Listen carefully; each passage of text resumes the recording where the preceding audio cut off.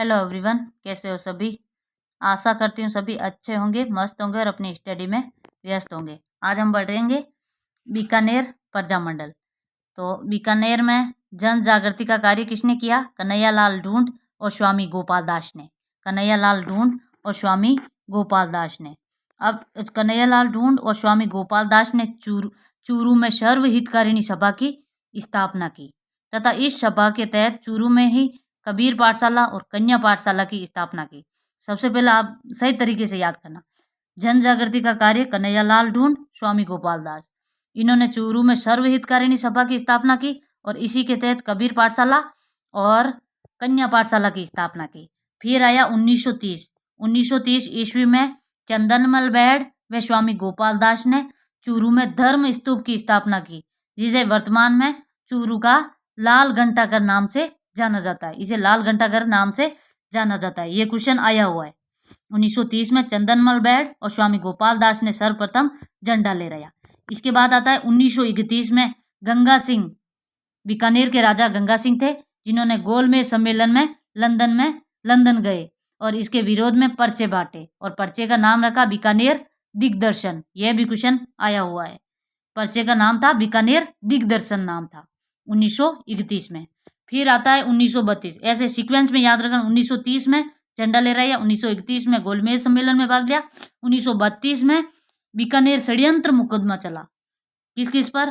स्वामी गोपाल दास, चंदनमल बेहड़, सत्यनारायण सराफ और खूबीराम। फिर आता है 1936। अब है 1936 में पंडित मगाराम वैद्य की अध्यक्षता में प्रजामंडल की स्थापना हुई और इसके मंत्री लक्ष्मीदास और कोषाध्यक्ष भिक्षालाल बोरा को बनाया गया। किंतु बीकानेर के राजा गंगा सिंह ने इस प्रजामंडल का दमन शेषु काल में ही कर दिया और बीकानेर प्रजामंडलों की भ्रूण हत्या कहा गया। यह क्वेश्चन आया हुआ है। इसके बाद आता है बीकानेर प्रजामंडल का वापस पुनर्गठन होता है। 1936 में स्थापना हुई, फिर 1937 में पुनर्गठन हुआ पंडित मगाराम वैद्य के द्वारा और इसकी स्थापना बाद में पुनर्गठन कहाँ हुआ? कलकत्ता में हुआ और इसकी अध्यक्षता लक्ष्मी देवी आचार्य ने की। तो आप कलकत्ता को ऐसे याद रखना, बीकानेर के में इसमें क्या आता है तो कलकत्ता में स्थापित हुआ और किसके द्वारा?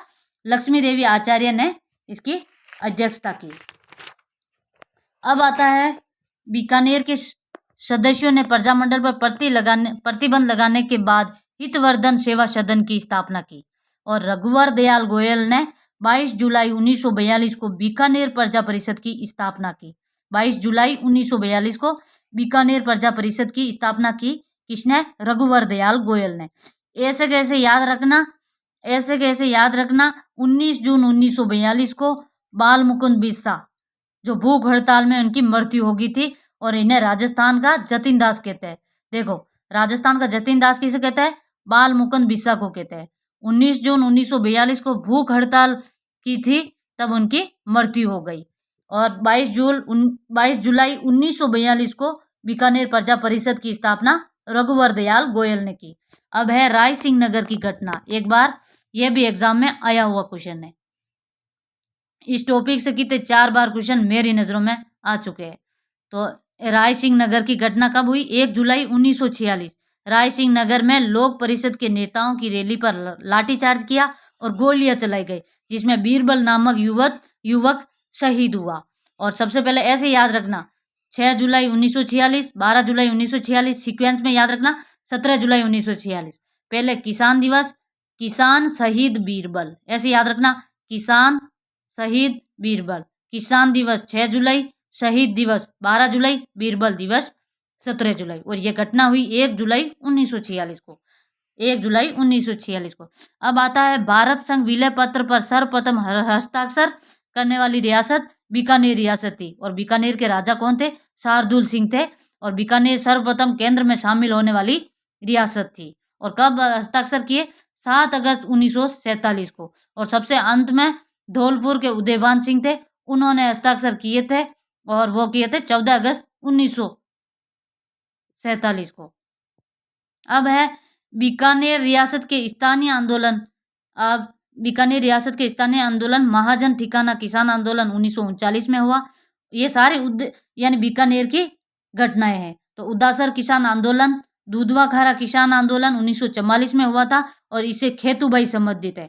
अब है कागड़ घटना अक्टूबर 1946 को और वर्तमान में चूरू में स्थित है। कागड़ घटना ऐसे यानी ये घटनाएं आ जाएगी और बता देंगे कि ये कौन से रियासत से है, तो आप लोग ऐसे मिलान कर सकते हो कि ये महाजन ठिकाना उदासर किसान आंदोलन और दूधवा खारा कागड़ घटना ये किससे संबंधित है, बीकानेर रियासत से संबंधित है। तो आज के लिए इतना ही, कल हम दूसरा प्रजामंडल पढ़ेंगे। तो वीडियो अच्छी लगी हो तो लाइक करना, कमेंट करना और चैनल को सब्सक्राइब करना।